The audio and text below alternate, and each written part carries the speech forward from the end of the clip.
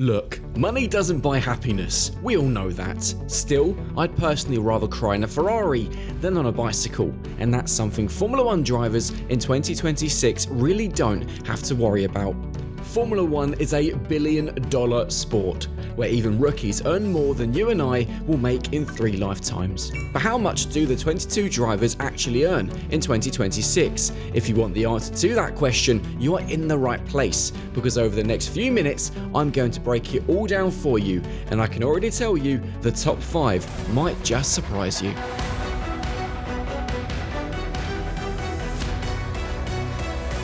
It is important to point out that the figures you are about to hear are solid estimates based on sources we've spoken to inside the F1 paddock. These amounts are annual base salaries only, excluding bonuses paid by teams for things like pole positions, podiums, or race wins.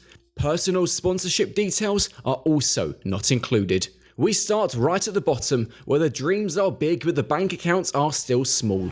Franco Colapinto and brand new F1 debutant Arvid Lindblad. Both youngsters are only signed for this season and earn between $500,000 and $1 million per year. Yes, that's more than most graduates earn straight out of university. But in F1 terms, this is still the paid internship with a view to a permanent contract. Welcome to the big leagues, boys.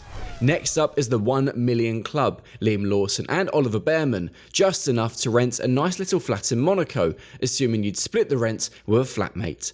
And this might surprise you, but in 18th place on this list we already find Kimi Antonelli. Mercedes' super talent is clearly proving he can race, but he's not being paid for it just yet. He earns $2 million per year, the same as Audi driver Gabriel Bortoleto. Talent clearly doesn't pay, at least not yet.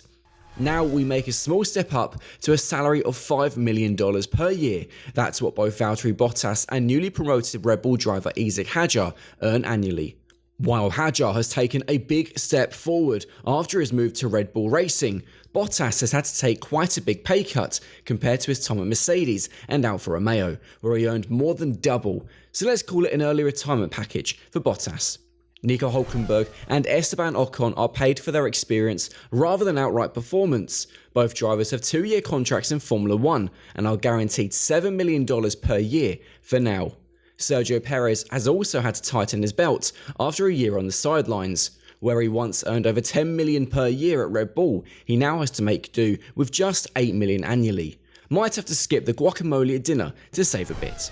We're now into double figures, and the first name we find here is the only driver in Formula 1 with an open-ended contract, no expiry date. That's the advantage of having your father as the team owner. Not a bad employee either, when you realise Lance Stroll earns around $12 million per year. Alex Albon and Pierre Gasly may have different bosses, but they earn the same amount. It's only a matter of time before Oscar Piastri signs an improved contract with McLaren. The Australian spent a long time leading the championship in 2025 and clearly has future world champion written all over him. Still, in 2026, he earns just $13 million per year, the same as Carlos Sainz, who used to earn quite a bit more during his time at Ferrari. Now we are making a big jump, and a 2-time world champion deserves it. You could say Fernando Alonso is in the winter of his career, and 2026 could very well be his final season in Formula 1, unless Aston Martin builds an absolute rocket. Either way, he can already start saving for retirement with the $20 million he earns in 2026. Be sure to like and subscribe if you're ready for the top 5, because this is where things get seriously ridiculous. We take another massive step up, fitting for the current world champion, both literally and figuratively. In 2026, Lando Norris is guaranteed to earn $30 million per year, and you can be sure that figure will rise significantly once bonuses are added. From Papaya Boy to Papaya King, that feels fair to say. In joint third place, we find George Russell and Charles Leclerc. This generation of cars is make or break. George wants that title at last, while Charles wants to make Ferrari cheer again. The pressure is higher than the top speed at Monza. At least the financial motivation is already there, with $34 million per year.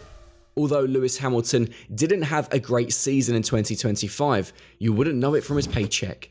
Even after his worst year ever, Ferrari are paying him like he's Michael Schumacher 2.0. That's confidence, or a very expensive gamble. We'll find out soon enough, For his annual salary, you could pay Norris, Piastri, Hülkenberg, Perez, and Antonelli, but Ferrari have chosen to give Lewis Hamilton $60 million per year.